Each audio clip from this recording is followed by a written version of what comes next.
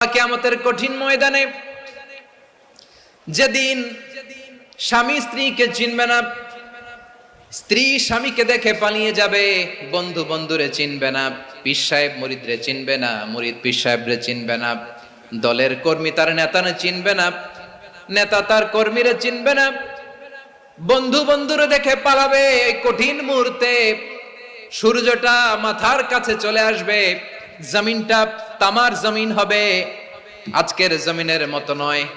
মানুষ ঘর্মাক্ত, ক্লান্ত, শ্রান্ত মাথার মগজগুলো কানের ছিদ্র আর নাকের ছিদ্র দিয়ে বেয়ে বেয়ে পড়বে। বিশ্বনবী ফরমান, ময়দানে 7 শ্রেণীর ব্যক্তিকে রব্বুল আলামিন তার আরশের নিচে ছায়া দিবেন।